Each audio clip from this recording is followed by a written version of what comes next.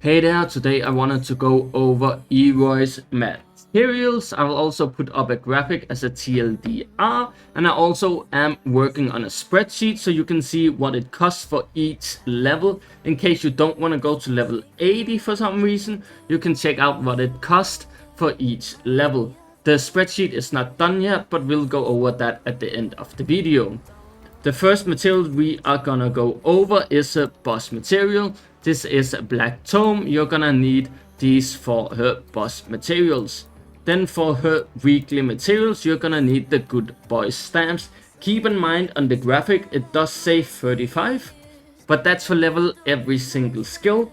The only people that level every single skill are main character DPSs. Iroi is of course a support, so expect to use maybe 20 at most of the good boy stamps. You do not need to use actually 35. Just keep that in mind, that the graphic takes into account that you level every single skill. So don't need to have 35. For her skill levels, we are gonna need the Tea Party, the white rose ones. These are the ones you're gonna need for her skills. For her weapon, it's gonna be the apple cores. This is for her limited weapon. Her free-to-play weapons might use something differently. For free-to-play weapons, it's most likely gonna be Daffodil or the Edgar 4-star weapon. So if you want to know what materials those use, you can upgrade those two weapons. But her free-to-play weapons aren't really recommended as they're pretty awful, but we'll go over that in her actual character guide once she is released on global. She is of course out on CN, which is why I can make this video, as we know what her materials are now. Then we also have the anomaly drops that you're gonna need. And if we go in here, we can check all the anomaly drops from the different monsters. She's gonna need the silhouettes or the picture frames for leveling her up, so you're gonna have to farm these ones. And if you wanna know how many you have to farm, you can of course check out the graphic that I will put in the video. It is gonna be timestamped. If you want to know how to farm these bandits, I made a video if the buttons from the RPG game mode was worth farming or not. You can check out that video. It has the best way to farm all of these materials. So if you're not sure how to farm these materials most effectively, you can check that video out to pre-farm for Iroi if you're still missing these materials. And then I'll put the graphic on screen so you can see how much you need of each material if you just want the TLDR version. Next up, I will be showing you the spreadsheet. Keep in mind, this spreadsheet is not finalized yet.